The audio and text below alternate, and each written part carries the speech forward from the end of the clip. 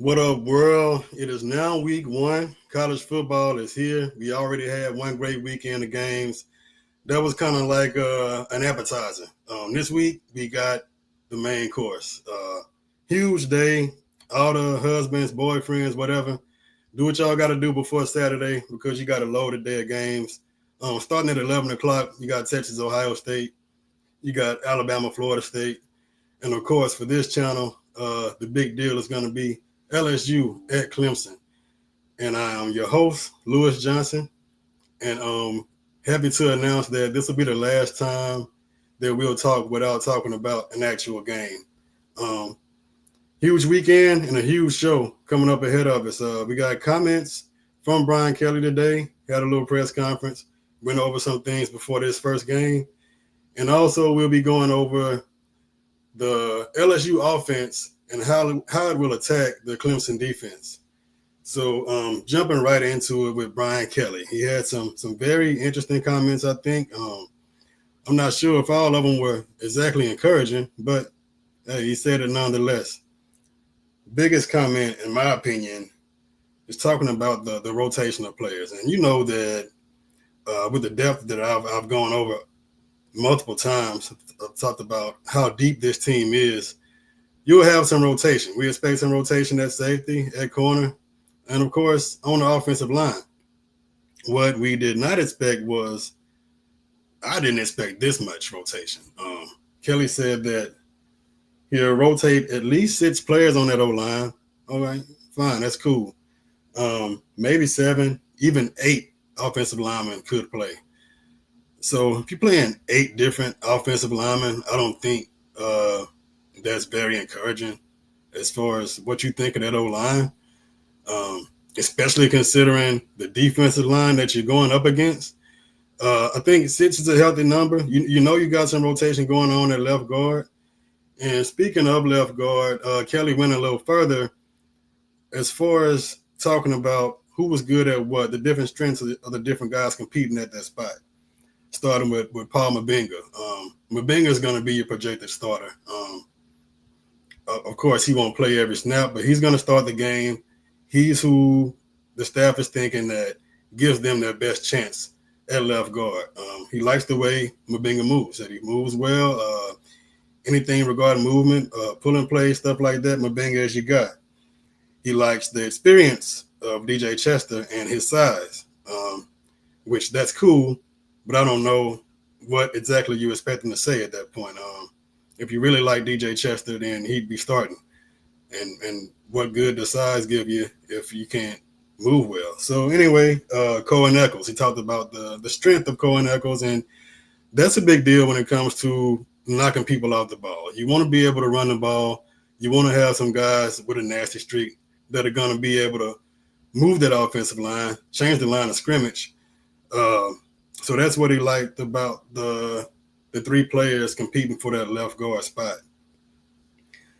Other than the guard spot in the rotation, he talked about the importance of Cade Klubnik to the Clemson run game. And I think that it's pretty well documented that Klubnik is a pretty mobile guy. He can run well. He can extend plays. But he's going to be even more important to this Clemson offense in that run game, being that they don't really have any proven guys at running back. They had a pretty reliable guy last year who graduated or not graduated, but he's at least moved on to the Cowboys now. You got a 4-star freshman coming in, but other than that, you've converted a guy at wide receiver to play running back. You're kind of throwing darts at the board, and nobody's really sure what Clemson is going to look like at running back. But you can always run with the quarterback, and of course, LSU has to be cognizant of that because that was a sore spot for that LSU defense in 2024. I don't have to say it. They had a lot of trouble against mobile quarterbacks.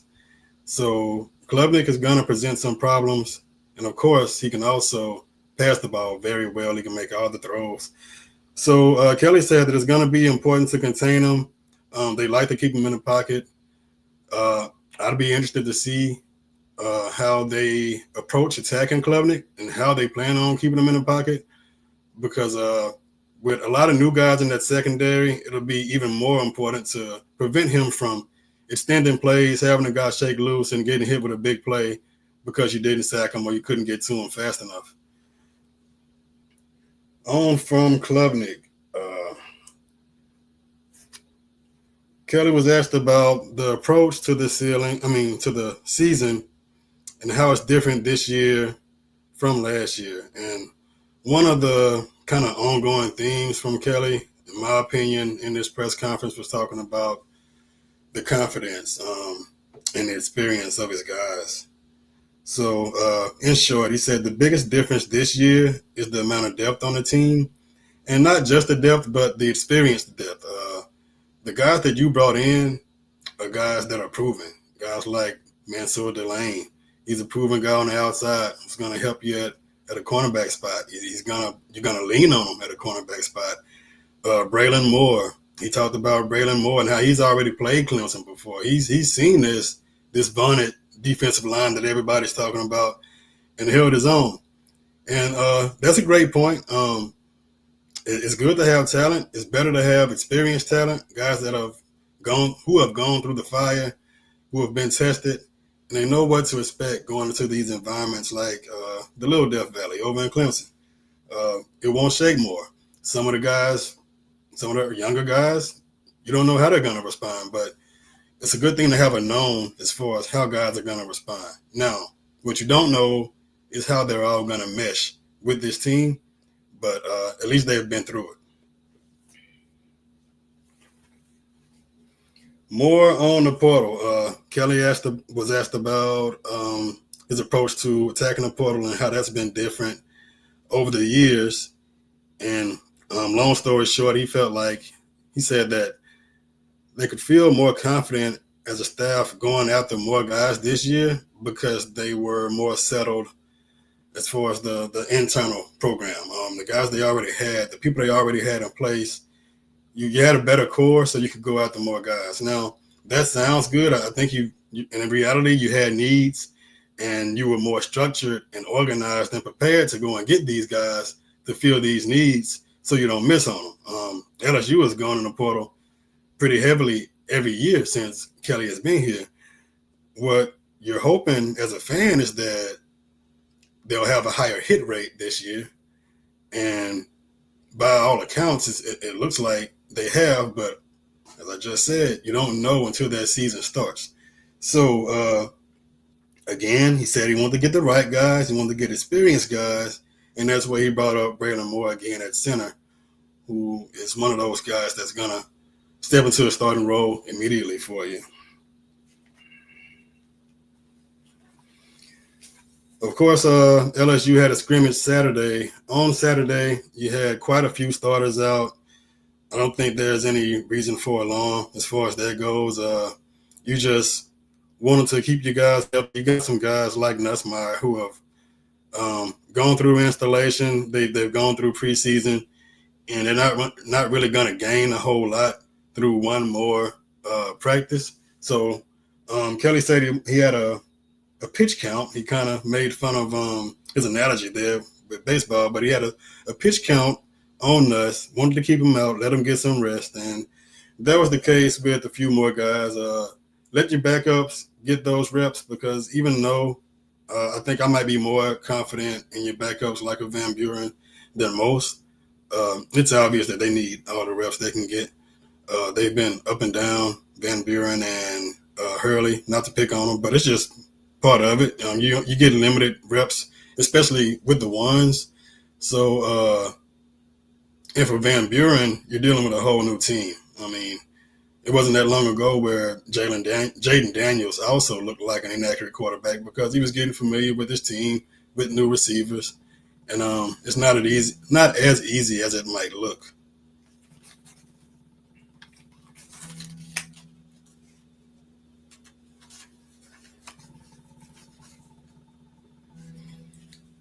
On to Gabe Relaford.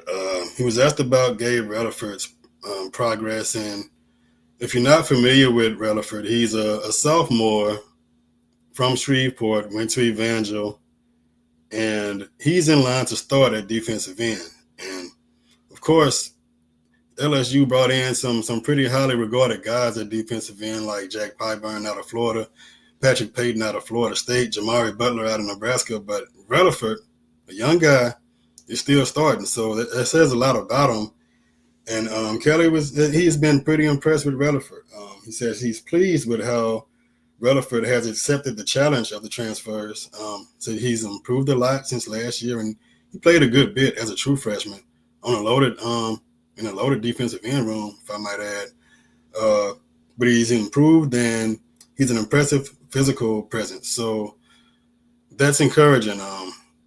You won't pass rushers at defensive end, of course, but you need that physical presence. The root of LSU's issues in stopping those running quarterbacks was up front last year. Your D tackles and defensive ends weren't always exactly holding up at the point of attack. So you got to be physical. You got to stop the run first. And then you get the guys in obvious passing situations, and then you can see that pass rush. And I think most of us are expecting a better pass rush from LSU this year. But that's where it starts with the run. It looks like Rutherford is built to do that. And it also is a testament to internal development. You're going to go in the portal pretty much every year. No team is going to come into the season without any holes.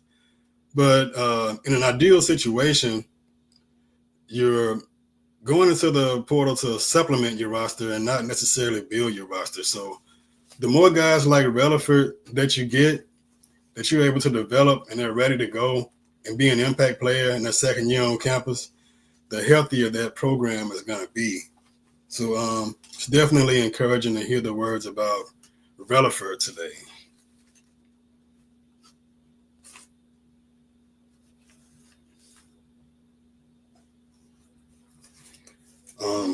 At this point in the press conference, I think Kelly might have been getting a little annoyed by some of these questions. One reporter started her line of questioning with talking about the first game losing streak, and it's there. Everybody's aware of it. He didn't like it. Somebody else asked about the red zone improvement or projected improvement for 2025, and I think that's a perfectly legitimate question because a lot of LSU's biggest problems offensively in 2024 were in the red zone. You see time and time again, LSU would drive down the field, get inside the 20, even inside the 10, and stall out, settle for 3, or go for it and don't get it. More times than not, they'd go for it. So I think that's a legitimate question, and it's a legitimate issue for LSU to take on. So here was Kelly's response. He said that a veteran quarterback allows you to be more situational in practice, which makes sense. You've got so much to go over when you're breaking in a new quarterback. And with the year that Nussmeier had, it's easy to forget that that was his first year starting. So now that he's been through a whole year, he's seen a lot, you can put more time on working on specific situations like the red zone offense. Now, the biggest part of improving that red zone offense, in my opinion, is improving the running game because, the field shrinks once you get into the red zone.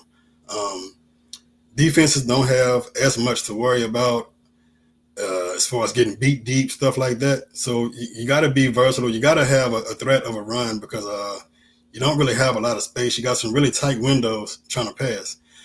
So I like what LSU is doing as far as you're seeing more wildcat action, more direct snaps to guys like Jawan Johnson. And you're going to need some of that, but you're also going to need to be able to hand that ball off to a Caden Durham. The biggest thing is being creative. If one thing doesn't work, you don't have to beat your head against a brick wall trying to make that handoff work. Try different things. You got plenty of offensive skill. So let's see how creative Joe Sloan can be in creating some better opportunities in the red zone for the LSU offense. In a game like what you got coming up Saturday, you got to capitalize. You can't afford to move down the field and not get anything. So, again, very interesting comments from Brian Kelly.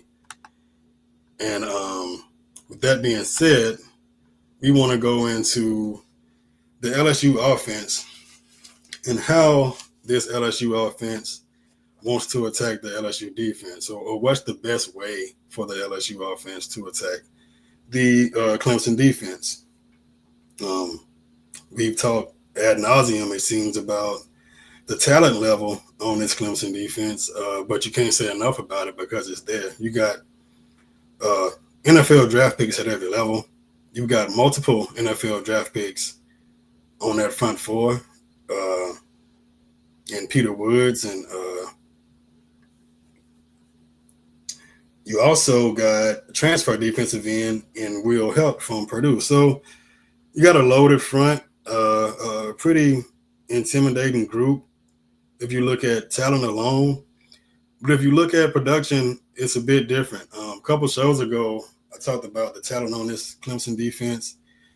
So you look at all of that talent and you wonder how they end up being 69th in total defense. It doesn't add up. How'd they end up being 85th in rush defense with a front seven like that? So that's hard to explain, but that's how defensive coordinators get fired. And that's where we are right now. Last year's DC for Clemson was let go. And in comes Tom Allen, defensive coordinator of Penn State. Tom Allen also had been a head coach before, but he's a known defensive guy, well-known guy, established guy. What he does works. He's well-respected. That Penn State defense was top 10 across the board, whatever category you want to look at while he was there. And he's going to be tasked with getting that defense up to speed in short order. Now, the good news for him is he's got a lot of talented pieces to work with. The bad news for him is they look terrible. So how can a defense with that much talent look bad? And I think as LSU fans, you can probably relate to this. A lot of it is tackling. PFF graded Clemson. Now, look, I don't look at PFF as the end-all, be-all, but it is a metric, an unbiased metric that can make some good points. So PFF graded out Clemson as 59th in the country in tackling.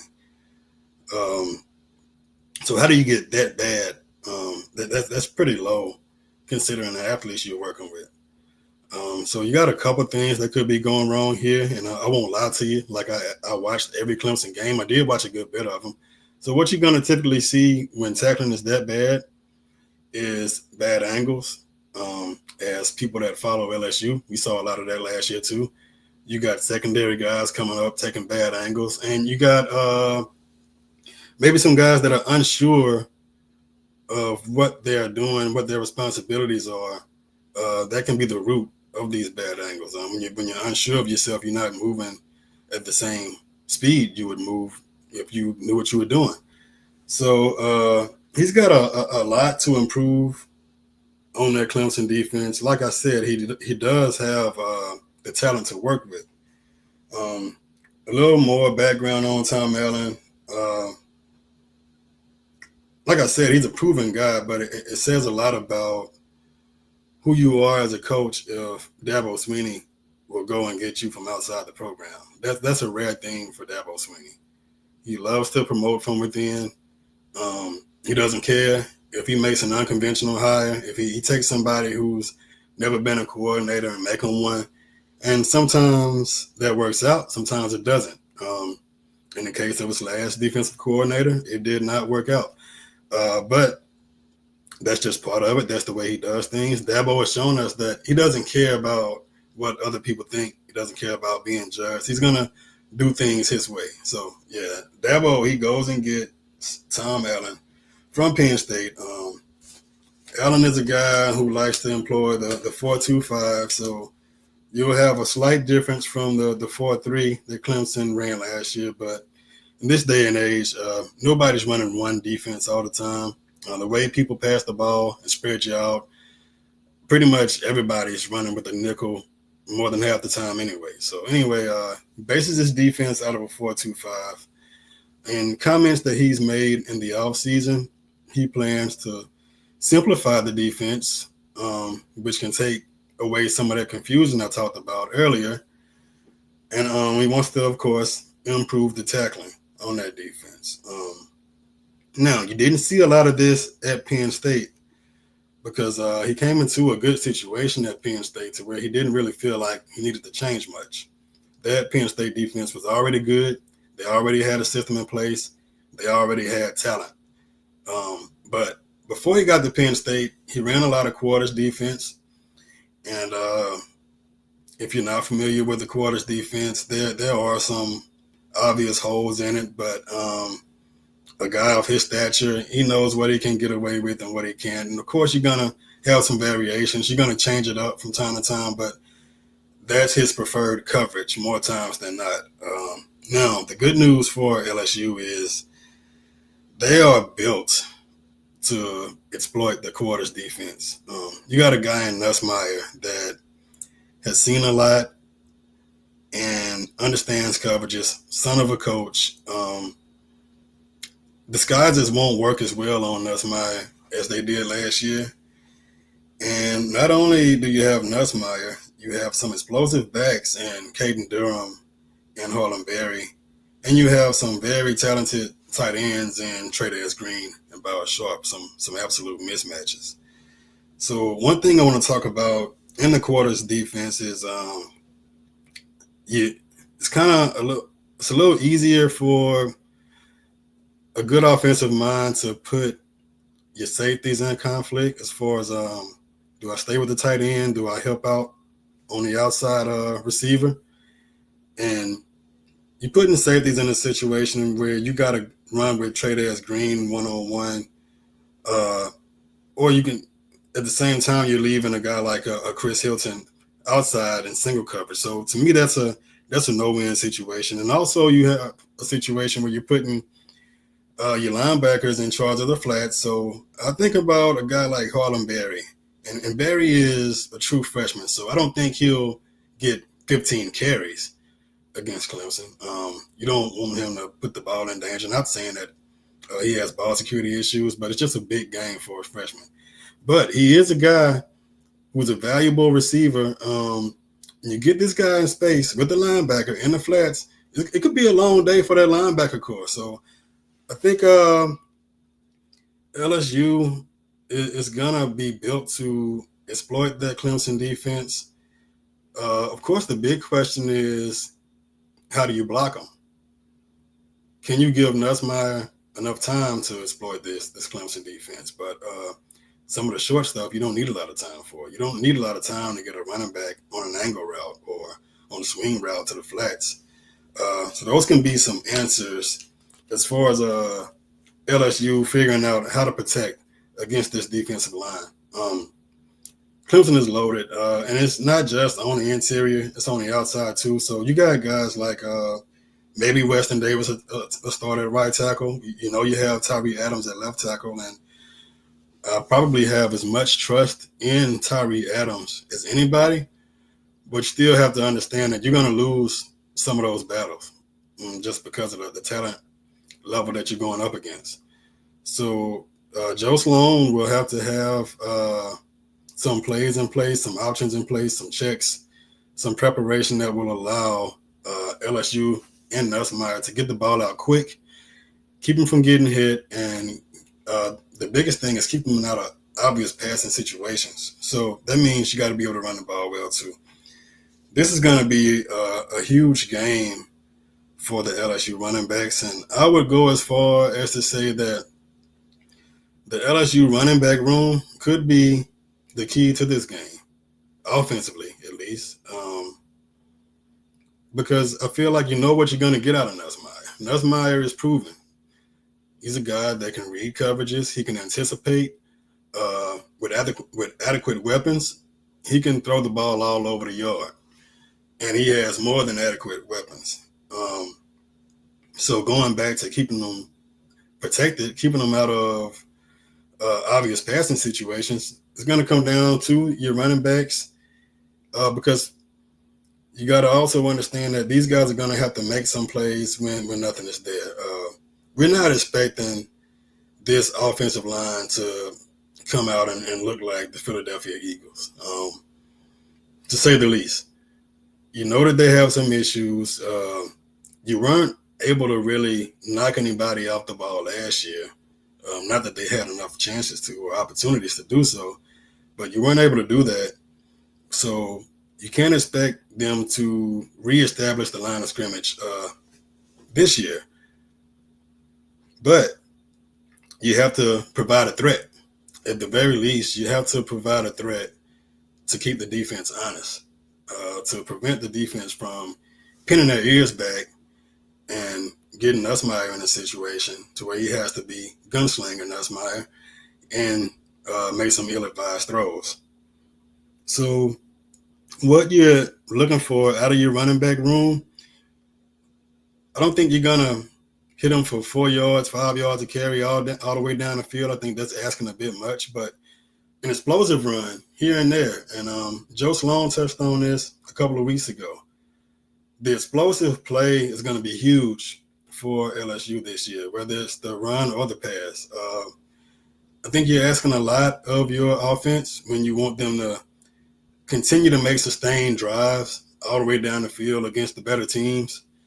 So you got to have some explosive plays mixed in. You got to have some chunk plays mixed in, even if you're not breaking out for an 80-yarder like Trey Holly. Shout out Trey Holly, went off 110 yards over at Southern. But anyway, the running backs that are still here, you guys like Durham and Berry, you need these guys to pop off maybe a 25-yarder, maybe a 40-yarder. You're going to have a lot of 1 and 2 yard runs. That's just part of it. But when you break off a 30, 35-yard run, that changes the way defenders approach the game. Now you got linebackers who are peeking in the backfield. You're kind of overcompensating because there's no worse feeling than getting the ball run down your throat as a defense to get gashed time and time again. You're going to overcompensate at some point to stop that. And with the weapons that LSU has, you overcompensate to stop the run, you're gonna see some big plays. So you want to see some explosive runs from this backfield. You want to see them take advantage of their opportunities in the passing game. Durham has proven to be a worthy receiver. I really got a high opinion of Harlem Berry. I think for those who haven't seen him, Berry is going to be a pleasant surprise for LSU fans and just college football fans. He's a fun guy. He's a fun guy to watch.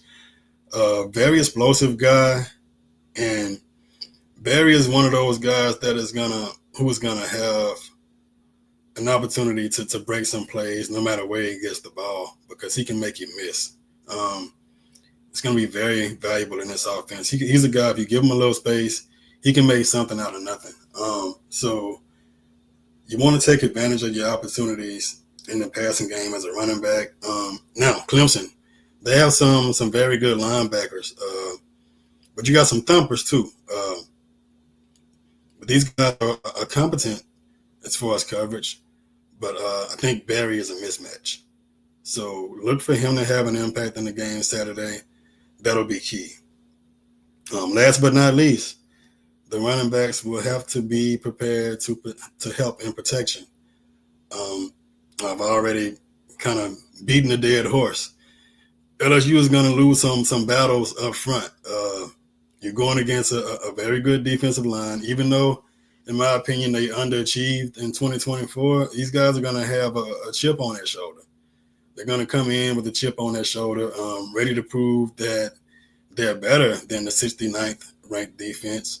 They're better than the 85th ranked rushing defense. So they're going to come in with their hair on fire, playing at home, opening game. LSU's talking trash about Death Valley. They're going to come in standing on all 10 to try to stop that. So it's going to be imperative for this backfield to help out. You don't want a guy like Caden Durham one-on-one with a blitzing linebacker. What you do want is if Tyree Adams gets beat on the edge, Berry or Durham can come in and help. It can chip. You can double team.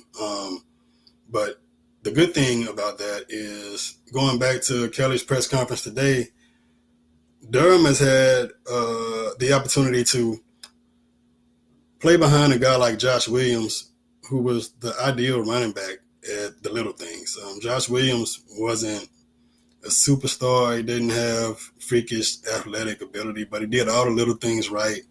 And one of those things is not so little as pass protection. So the first thing is knowing, understanding your responsibility, who you're responsible for in that backfield in pass protection.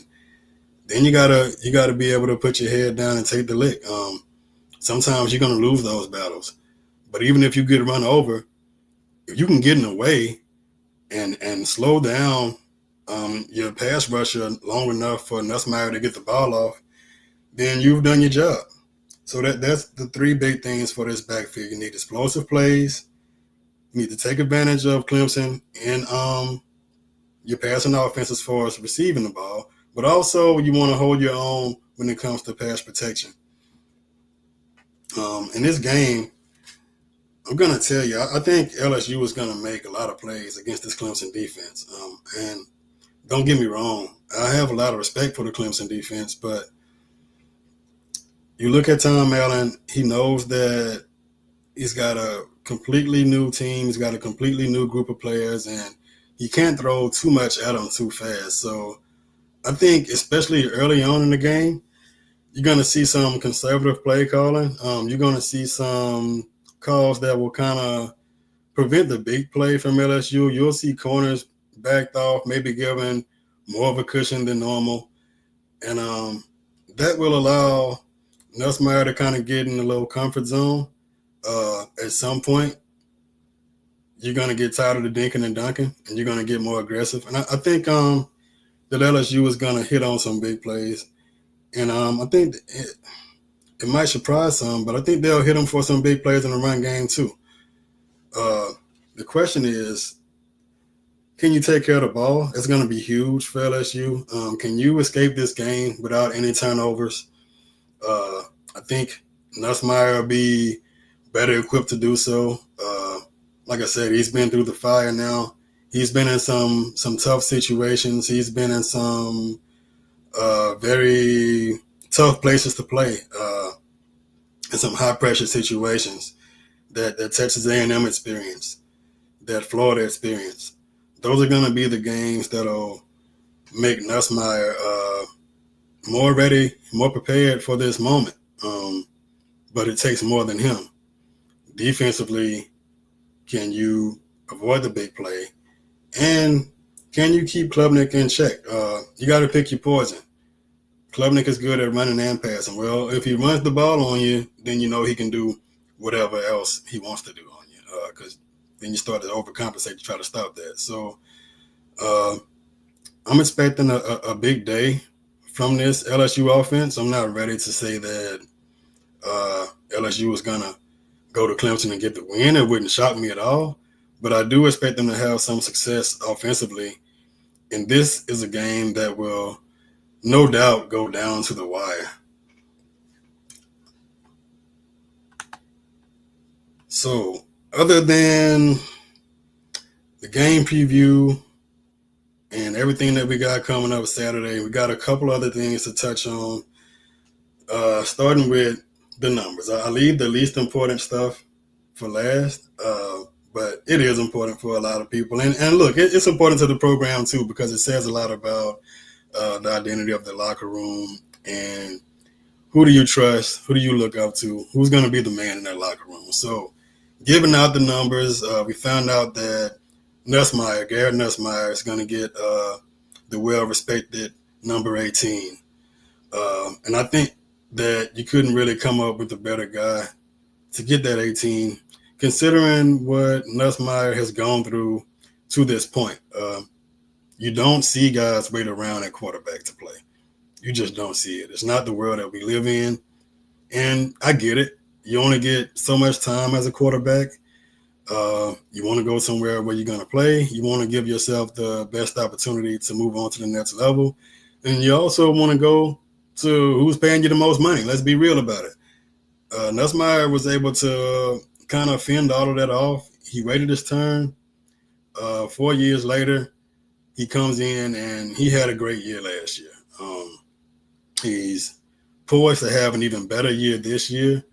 He's gone from holding a clipboard to playing himself into the conversation of the first quarterback taken in next year's draft. So considering his time on campus and his patience in a day and age where you just never see that, there's no better candidate to get the number 18.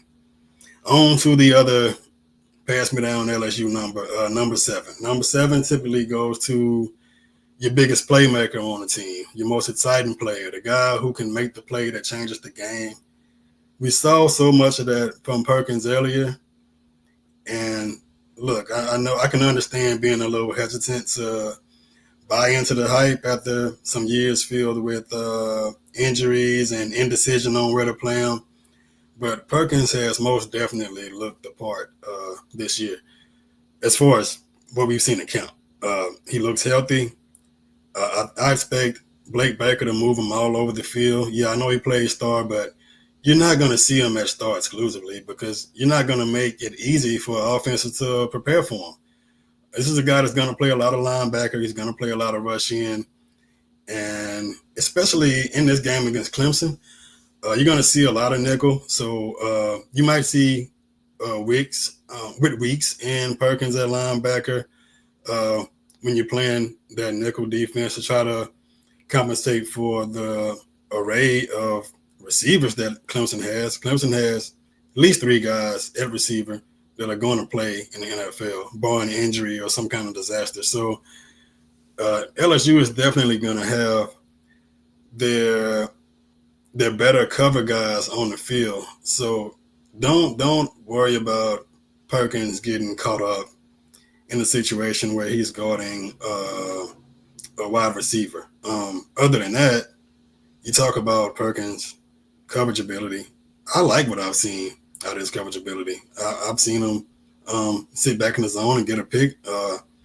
He's defended 2 of your better receiving threats at tight end pretty well. He's held his own. You know, Tre'Davious Green and Bauer Sharp, those guys they're gonna win the majority of their battles against linebackers and safeties. But Perkins has made his share of plays against those guys. So I don't worry about him against backs and tight ends. So you also got to consider last year when you had Major Burns at the star. LSU had a lot of issues defensively, but there weren't too many instances where you can say, well, dang, LSU, if only Major Burns was a better guy at star, they'd have won the game. LSU can manage without having a cover guy at every position.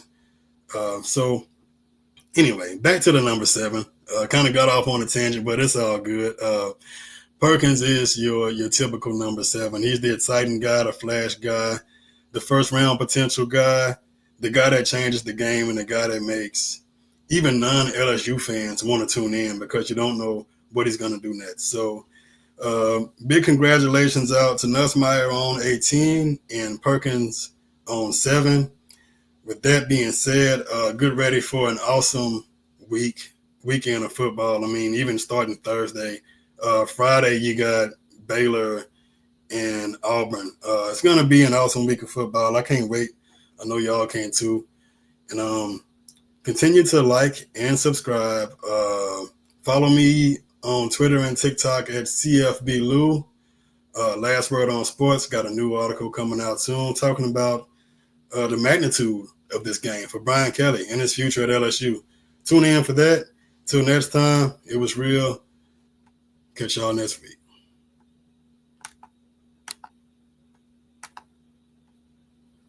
College football is even more exciting when you've got some action on the line, and the games are even better when you're cashing in.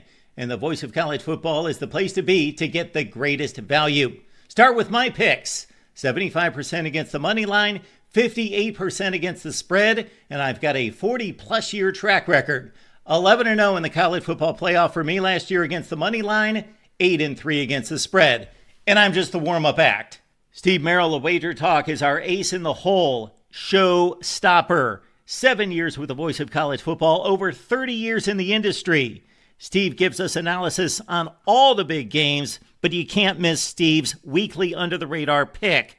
28-12 against the spread the last 3 years. You also get picks from some of our top analysts here at the Voice of College Football, including Corey Bratta, Matt Zemek, and Steve Dace. Check out those numbers. Become a YouTube or Patreon member for just $99 per month. Go to the main channel on YouTube, click Join, and then select the betting tier. Do the same thing on Patreon. Make 2025 a winner now.